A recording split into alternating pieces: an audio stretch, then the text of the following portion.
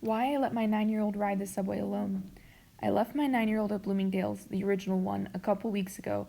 Last seen, he was in first floor handbags as I sashayed out the door. Bye bye, have fun. And he did. He came home on the subway and bus by himself. Was I worried? Yes, a tinge.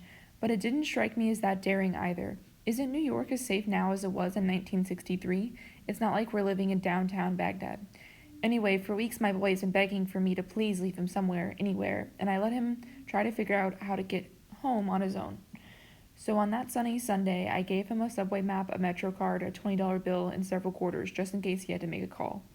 No, I did not give him a cell phone, didn't want to lose it, and no, I didn't trail him like a mommy's private eye.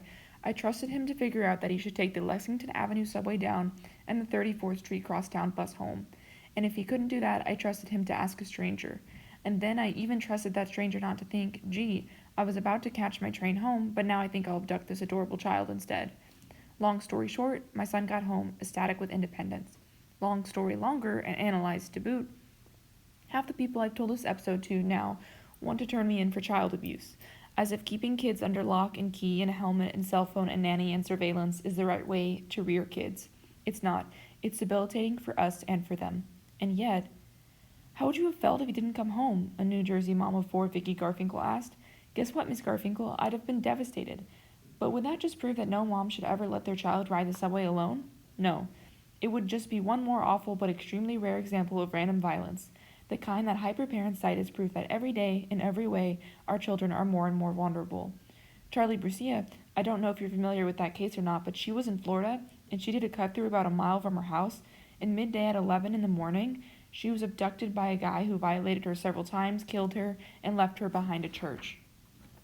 That's the story that the head of SafetyNetForKids.com, Catherine Francis, immediately told me when I asked her what she thought of my son getting around on his own. She runs a company that makes wallet-sized copies of a child's photo and fingerprints just in case. Well, of course I know the story of Charlie Garcia. That's the problem. We all know that story, and the one about the Mormon girl in Utah and the one about the little girl in Spain, and because we do, we all run those tapes in our heads when we think of leaving our kids on their own. We even run a tape of how we'd look on Larry King. I do not want to be the one on TV explaining my daughter's disappearance.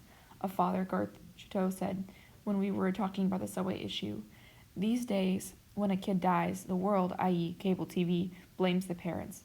It's simple as that. And yet, Trevor Butterworth, a spokesman for the research center stats.org, said, the statistics show that this is an incredibly rare event, and you can't protect people from very rare events.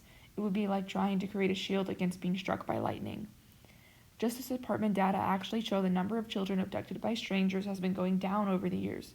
So why not let your children get home from school by themselves? Parents are in the grip of anxiety, and when you're anxious, you're totally warped, the author of A Nation of Wimps, Hara Estrafmano, said.